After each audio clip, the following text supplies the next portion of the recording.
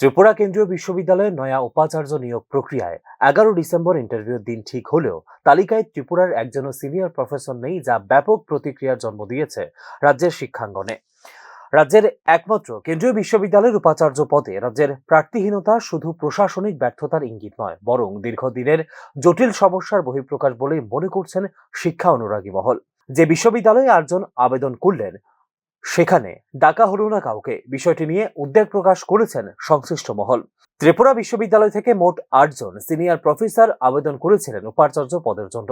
তাদের মধ্যে প্রথম দফায় তালিকায় একজনের নাম থাকলেও ইন্টারভিউর কল লেটার পৌঁছায়নি তার কাছেও। বাকি 7জনের নাম নেই মন্ত্রকের তালিকায়। অন্যদিকে নিশ্চিত ডাক পেয়েছেন উত্তর পূর্বের অন্যান্য রাজ্যের প্রার্থীরা। তবে কি ত্রিপুরা ইচ্ছাকৃতভাবে উপেক্ষিত, নাকি বিশ্ববিদ্যালয়ের অভ্যন্তরীণ সংকটই প্রার্থীদের পিছিয়ে টেনে ধরছে, তা নিয়ে উঠছে প্রশ্ন। ত্রিপুরা বিশ্ববিদ্যালয়ের কাজের পরিবেশ, বহিরাজ্যের শিক্ষক আধিকারিকদের নিরাপত্তার অভাব, রাজনৈতিক চাপ এই অভিযোগ তুলে 10জন আবেদনকারী নিজেদের নাম সরিয়ে নেন। বিষয়টিও যথেষ্ট তাৎপর্যপূর্ণ বলে মনে করছে শিক্ষা অনুরাগী মহল।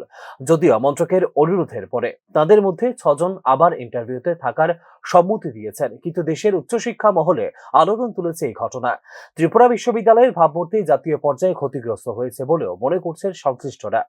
এই ইন্টারভিউ প্যানেলে রয়েছে দেশের প্রায় সব বড় রাজ্যের প্রফেসর। তাদের মধ্যে রয়েছে দিল্লি, পাঞ্জাব, রাজস্থান, গুজরাট, হরিয়ানা, উড়িষ্যা, পশ্চিমবঙ্গ, নাগাল্যান্ড এবং আসাম। কিন্তু তালিকায় নেই ত্রিপুরার স্থান। বিশেষজ্ঞদের মতে দীর্ঘমেয়াদী প্রশাসনিক অস্থিরতা, রাজনৈতিক হস্তক্ষেপে একাডেমিক স্বাধীনতা ক্ষতিগ্রস্ত, বহিরাজ্যের শিক্ষকদের নিরাপত্তা নিশ্চিত ব্যর্থতা, শিক্ষক আধিকারিকদের বদলি নীতি না থাকায় কর্ম পরিবেশের জটিলতা এই সমস্যার মূল কারণ।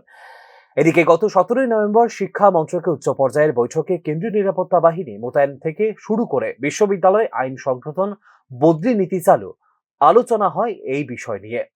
কেন্দ্রের এই পদক্ষেপই বলে দিচ্ছে ত্রিপুরা বিশ্ববিদ্যালয়ের পরিস্থিতি আজ স্বাভাবিক নয়, যেখানে রয়েছে গভীর কাঠামোগত পরিবর্তনের প্রয়োজন। 31 ডিসেম্বরের মধ্যে নতুন উপাচার্য নিয়োগের চেষ্টা চলছে। তালিকা দেখে বিশ্লেষকরা মনে করছে ত্রিপুরার বাইরের কোনো রাজ্যের সিনিয়র প্রফেসরই হবে উপাচার্য।